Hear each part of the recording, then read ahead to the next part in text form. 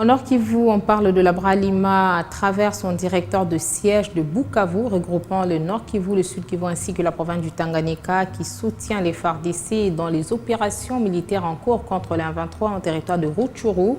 Doudou Charles affirme que la présence de M23 à Rutshuru a déjà des effets négatifs non seulement sur les activités de la Bralima mais aussi sur l'économie de la province. Il a déclaré au sortir de l'audience avec le gouverneur militaire.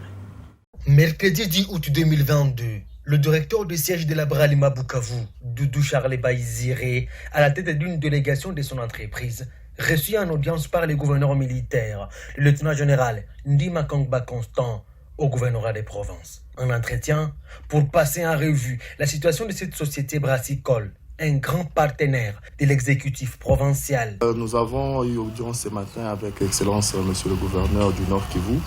C'était pour discuter de certains problèmes que nous rencontrons en fait dans notre travail de tous les jours.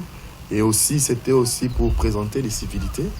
Je suis directeur de siège de Bukavu depuis maintenant plus de 5 mois. Et c'était aujourd'hui l'occasion de venir le rencontrer pour les civilités et discuter du travail. Le gouverneur était très satisfait du travail abattu par la Bralima dans la province du Nord Kivu.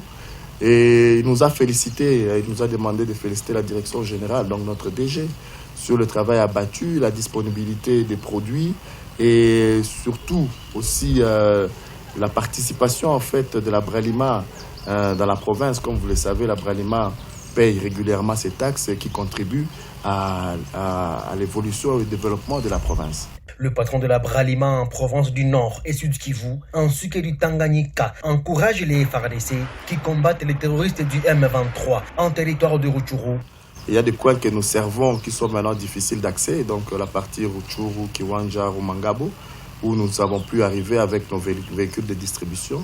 Et même nos distributeurs sont sérieusement impactés et nos consommateurs. Mais nous faisons aussi un effort, c'est un point que nous avons discuté avec le gouverneur et encouragé nos forces armées nos vaillants militaires qui sont en train de se battre pour défendre le territoire national. Le gouverneur militaire a rassuré ses hôtes quant à l'amélioration prochaine de la situation sécuritaire avec la détermination des FARDC à mettre fin à l'activisme des terroristes du M23 et les autres groupes armés.